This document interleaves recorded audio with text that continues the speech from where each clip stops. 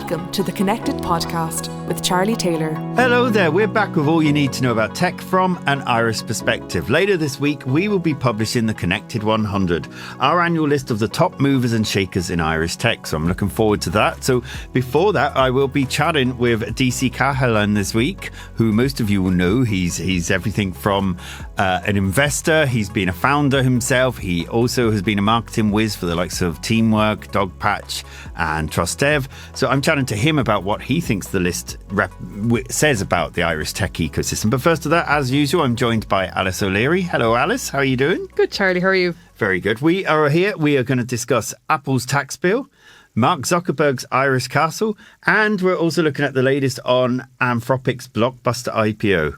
Alice, let's start with Apple first. Last week, it was revealed that the company has paid around 14.59 billion in tax locally. Yeah, absolutely huge number, Charlie. And naturally, kind of where does it stem from? I suppose what we would first think of is the EU Apple tax case. So that 14 billion odd sum includes about 10 billion euro paid to Ireland as part of that tax case, and then the remainder was about normal activities, about 4.1 billion.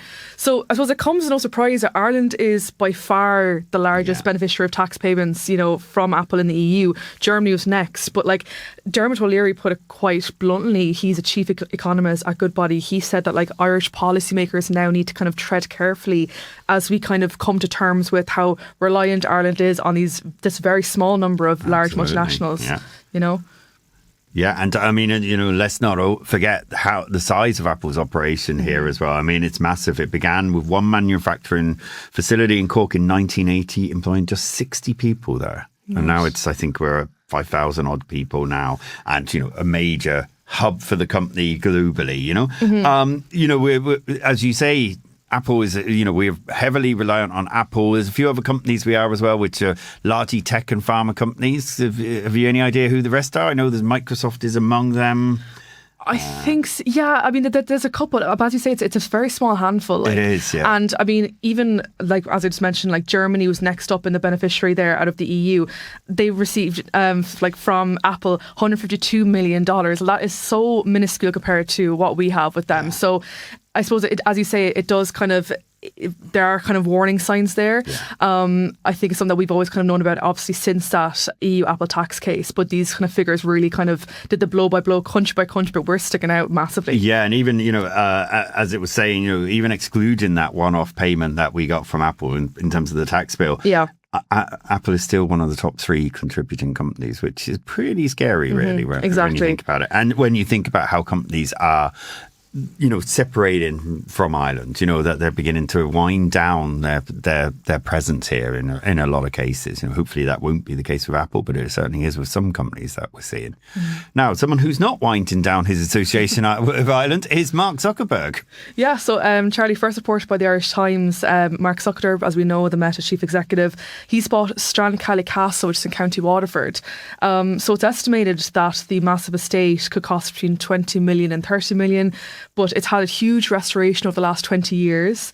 A spokesperson for Zuckerberg told us that, Mark and his family are really excited to take care of the castle, look forward to spending time in Ireland, which is quite interesting. And it's funny because it's not the first property that he himself has sought to acquire in Ireland. Last year, I think it was, Zuckerberg expressed an interest in buying Castlemartin House and estate in Kildare. But that was rebuffed at the time by John Malone, who was the US telecoms billionaire, as we know. Interestingly enough, also a big player in tech in the telecoms place more than anywhere else. The cable cowboy, as they call it, the owner of Virgin Media and many other. Exactly. So it was an interesting kind of light news to come out of this week. I mean, we even spoke to a company called Smallwood Architects, who are based in London, and they played a massive role in the restoration and refurbishment of this castle. And they said, they're very excited that, the stewardship of this property is set to continue. So he seems to have made a good impression, and people are happy that he's taken over this castle. But it's a very somewhat random kind of acquisition on that front. It seems that, and you do kind of wonder, how much of a presence is he likely to have here? I mean, already he's been fighting Larry Ellison from Oracle of trying to own most of Hawaii, do you know? And it seems to be that after trying to buy most of the islands there, he has kind of, and then getting rebuffed somewhat, he is now focusing, on properties elsewhere, I mean, he might end up being someone like John Collison, who Doesn't own a castle, unfortunately for John, but did purchase the Abbey Leaks house and estate in County Leash for about 20 million in June 2021, and he's done a big restoration job there. Will he be that sort of, proprietor, or will he be someone who appears once and then disappears and we've never seen again? County Waterford would be holding its breath anyway to see what happens. Now, moving on, SpaceX has been the big IPO to date, the biggest IPO ever earlier this year, but it looks as though it could be beaten by the end of this year. All the signals are suggesting that Anthropic's IPO will take place. And what do we have on that? It seems to be the range of what they're expecting will be raised from this seems to be growing by the minute. Yeah, they're site people familiar with the matter, Charlie, so it's all kind of not set in stone, obviously. But yeah, as you say, they're expected to match or beat the size of SpaceX's IPO, which was obviously a record at the time. I think we know that the size of it raised $75 billion at the outset as Elon Musk's company. So recent investor briefings led by the chief financial officer, Krishna Rao, he's skirted around the valuation, according to the people. But I suppose it's something especially in the back of increased focus on these massive AI companies, I think this debut will be a closely watched one with potential investors, because the comparison there between SpaceX and Anthropic is it's going to be closely watched from that front, I think, especially. So we'll have to see, but it's an interesting one. Yeah, it's an interesting one, even for the fact of it comes as demand for Anthropic's most expensive AI tool is plateauing, so it's kind of interesting. There's been such huge demand for Anthropic. They really kind of leapt ahead of OpenAI in particular. But that seems to be, are they going to be able to keep that sort of volume of growth? You've got DeepSeek, the Chinese AI company, which has brought out a new experimental AI model that's set to rival Anthropic, and you kind of go, okay, so there's definitely people biting at its tail there, OpenAI itself as well, they announced revenues just recently of revenues grown by 18%, they've told investors, to 6.7 billion. Which sounds like an awful lot, but then their losses also rose. So it's give and take, yes. Which, a give and take, but not necessarily in a good way. Anyway, we will keep an eye, obviously, on Anthropic, but it looks as though very much though that's going to happen very shortly, and more so that OpenAI's IPO looks very much as though it's going to get pushed out to next year. That seems to be the smoke signals emanating from Silicon Valley right now in particular, and even comments made by Sarah Fryer. So we will wait and see what happens, but yeah, more to come on that for sure. Now, we're going to take a quick break and we'll be back with DC Cahalane. Welcome to the studio, DC. You've played a part in almost every side of tech. As a founder, a marketing whiz for the likes of Dogpatch, TrustDev and Teamwork, and most recently as a venture partner at Shore Valley Ventures. So you've got a good insight into what's happening in the Irish tech scene. I suppose, we wanted to chat to you because the Connected 100, it's now in its third year. We've plenty of familiar faces on it and some new names who will be less well known. But what I wanted to know is, taking a look at the list as a whole, we wanted to see what does it say about Irish tech at the moment. Well, what's your view of looking at the names on it and seeing how well represented we are in different sectors? You know what, Charlie? I think I think the list actually says an awful lot about where we are, because if I go back and I look at the list for the last 2 years, we tended to over rely on people who had achieved stuff overseas. We had some of the great companies that were making it big in America and the UK and stuff like that.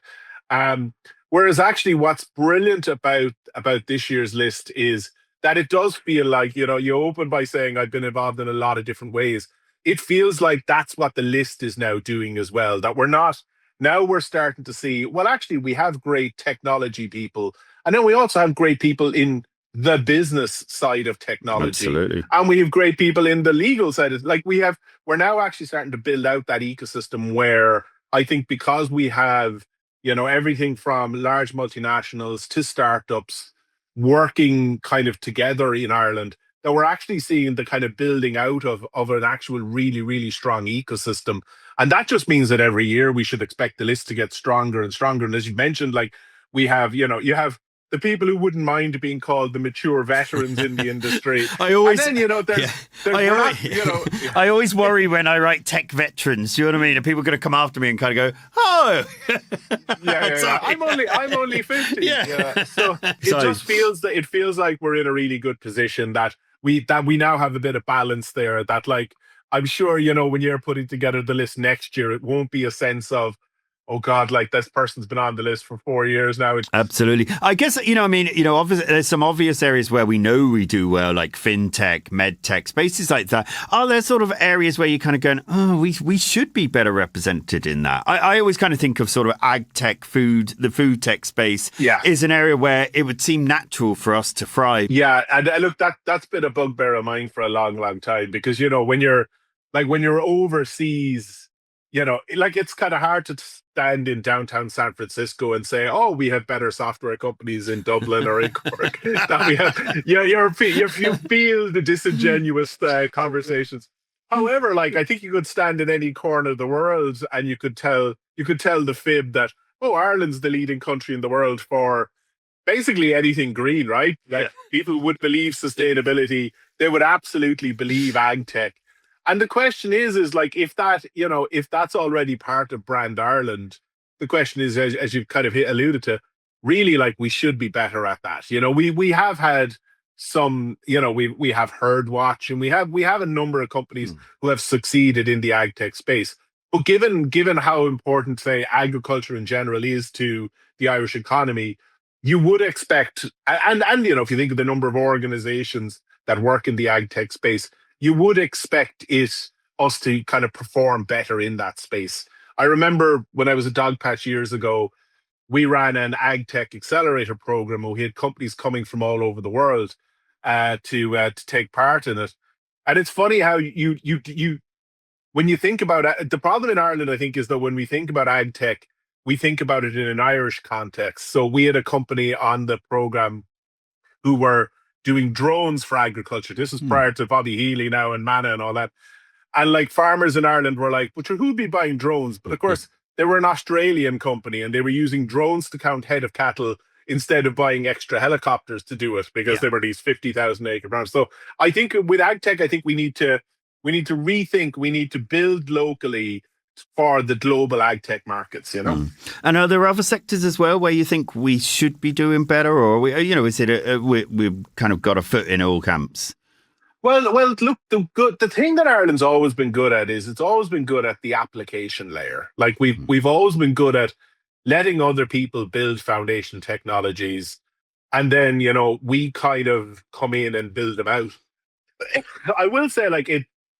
Without turning the whole podcast into this topic, because I know we could, but, like, I think some of the stuff that we're experiencing around data centers and stuff like that is unfortunate at the moment. I mean, if you went back to the foundation of the internet, and if you were to say to Ireland and the Irish government, hey, you guys could be a foundational part of the development of the internet, I think they'd have bitten your hand off.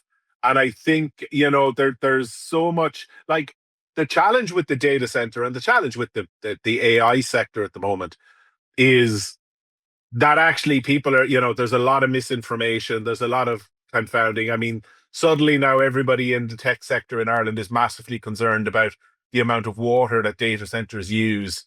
And, the beef industry in Ireland would use 5 times as much water as it would. So I think, like, for me, I think one of the big disappointments of the last couple of years is I think we could have been a foundational leader in the data center space. And actually, I think that because we're a country that cares about the environment, that cares about sustainability, I think we could have driven that data center agenda in a very positive direction. And look, I still suspect, because of the importance of multinational tech companies to Ireland, I still think we'll be an important player in Europe in data centers. But I think we could have foundationally been a global leader in that space and derive benefit for the whole economy, not just for the current thinking, which is a couple of tech bro billionaires We're obviously buying castles now down in Waterford and stuff. As you do, yeah.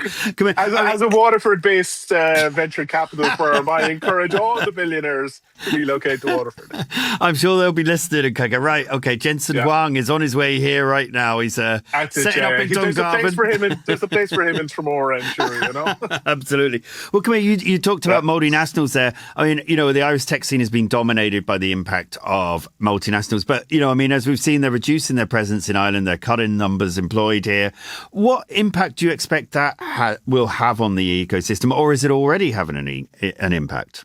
So the challenge that I see happening is, you know, there is a bit of that negative undertone about AI. And the question I would have is, you know, it's a bit like what went on in the pharma industry years ago, which was, it was all about not just chasing the companies to Ireland, but chasing the individual projects to come to Ireland.